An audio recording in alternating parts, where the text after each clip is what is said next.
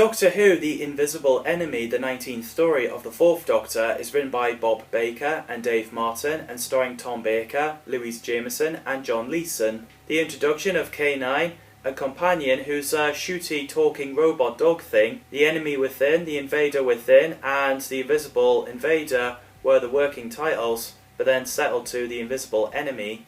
The serial was filmed in April 1977. The similar design of the old TARDIS console came back, replacing the wooden secondary console room. Nice to see that design again, although I do like the wooden one as well. So the serial begins in space, where the travellers in spacecraft flew through the asteroids.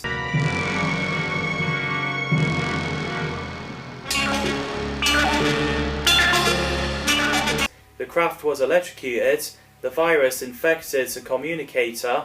By the time they reached the planet's surface, the travellers were infected. As Leela was learning to write her name on a chalkboard, same thing happened to the Doctor as a lightning beam shocked him from the TARDIS console. Leela tried to talk some sense into the Doctor, but he was infected. As he went out the TARDIS, Leela wandered off. The Doctor met up with the travellers and became more infected. Leela got low out of the room covered in ice as he killed Sylvie and ran into that room. Mika and Saffron turned off the oxygen earlier. After killing Mika, but Lo gets infected, there was a crazy cliffhanger where the infected Doctor, his hands look like it's covered in cobwebs, about to shoot Leela. The Doctor can hardly fight it. So Lo puts on the orange goggles so no one can see he's been infected, while Saffron prepares the station for incubating the virus. Lo got orders that he shall protect the Doctor at all costs, so the Doctor was taken to BIAL Foundation to Professor Marius. K9 is there. Marius prepares to operate on the Doctor's brain, but then there was a spaceship crash. As a distraction, while the infected crew attack, Leela and K9 holds them off. There's some great battle scenes for low budget.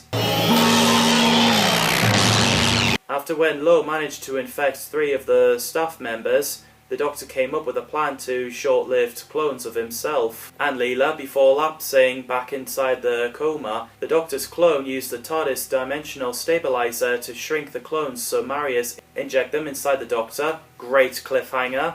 Tom Baker again is fantastic as the 4th Doctor. What can I say that hasn't been said already? Louise Jameson is brilliant as Leela. In this story she really kicks ass. Not that she doesn't in other stories. John Leeson voiced K9, an intelligent robot dog who was a companion of Professor Marius, then the Doctor, as well as Leela, Romana, Sarah Jane Smith, Luke Smith, Starkey, etc. I really love K9. He's very cute and cool. I have the action figure ever since I was a kid. Absolutely adore it.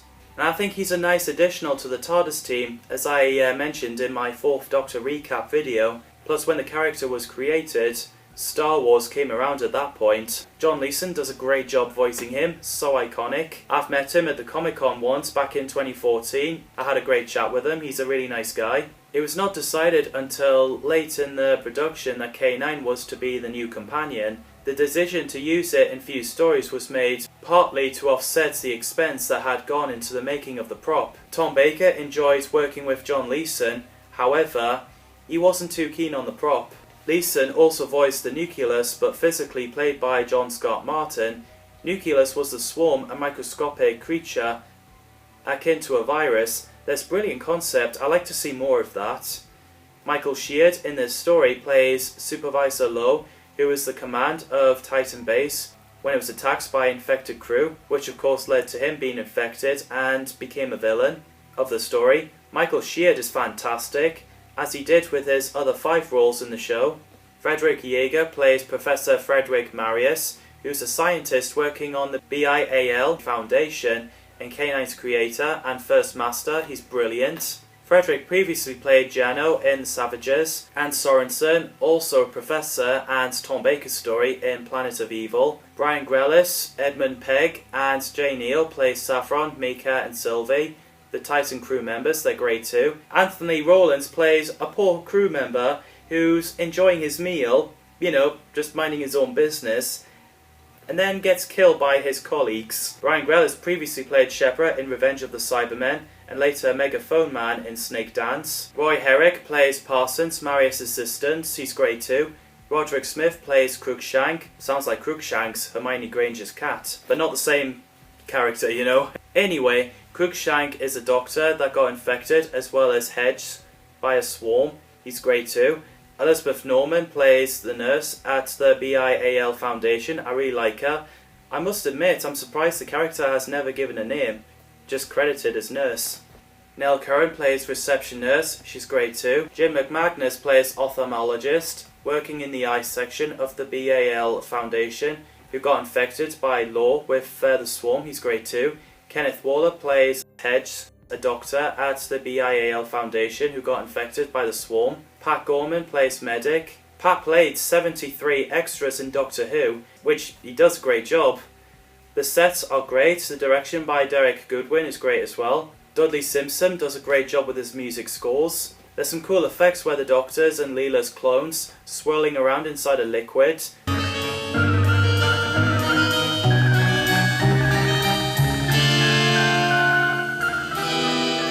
So after that, they got inside the Doctor's head. There was passing thought. So they look around while talking about complexity of the brain and how it operates. They found a mind-brain interface and tracked down the nucleus. The Doctor tries to convince it to leave, but the nucleus asserts its right to survive, to procreate like any other life form, exploring that it has hung dormant in space for 1,000 years.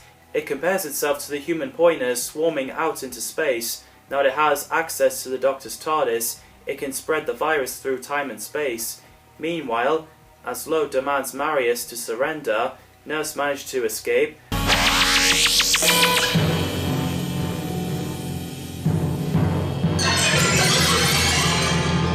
After Lo electrocuted K9, he was ordered to kill Leela, but she dodged and got stung. Marius got infected. Leela woke up and the nurse got to her. Lo's clone got inside the Doctor's brain, so Leela's clone managed to stop him. There's another great cliffhanger where the virus came to the worlds. The nucleus got out of the container. As the Doctor is cured, Nucleus said, having used the dimensional stabilizer to grow, the next virus generation can attack humanity on a microscopic level, and it said that the age of man has ended and the age of virus has begun. The Doctor was like, heard it all before. So Leela disguised herself as a nurse while the Doctor gets wheeled. Leela, behind infected people's back, freed the Doctor. They both ran back inside the TARDIS with K9 tagging along. The TARDIS team couldn't leave without dimensional stabilizer. Lo and infected crew helped Nucleus onto the shuttle for the Titan. K9 stungs Marius, so the Doctor had time to examine his own blood and discovered that Leela's clone has left him with antibodies against the virus. He replicates the antibodies and cures Marius, who can replicate the cure for his staff. The Doctor plans to eradicate the virus, spawning on Titan, but Lee suggests to blow it up. By the time the cure was ready, the Doctor needed to borrow K9, so the three went to the Titan base. Leela finds the infected are developing resistance to her blaster. K9's weaponry is more effective, but its energy levels are dropping quickly.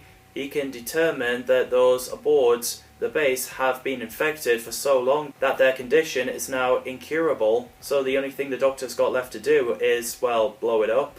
K9 draws the infected away, while the Doctor sneaks up on the spawning tanks. Lo confronts him and makes him lose the antibodies, but K9 killed Lo, who is absorbed by the swarm. Leela kills Saffron with her knife, which is well done, while the Doctor changes his plan and rigs the refueling tanks to blow up. And it was pretty funny when the Doctor puts K9 on the lead like an actual dog. And also when he almost left Leela and K9 by accident. So they escaped. As the base is blown up, returning to BIAL Foundation to bring K9 back to Marius, they find the antibodies have been a success. Leela admits that she and the Doctor would be lost without K9, so Marius asks the Doctor to take K9 with him. The Doctor wasn't keen on the idea, but Leela was happily allowing K9 to be part of the TARDIS team, as weight requirements wouldn't allow Marius to take his robot dog with him when he returns to Earth. K9 chose to go with the Doctor and Leela. The TARDIS disappears, with Marius wondering if K9 is TARDIS trained. Another great serial. What did you think of The Invisible Enemy? Let me know in the comments down below. Thanks for watching, and I'll see you in the next video.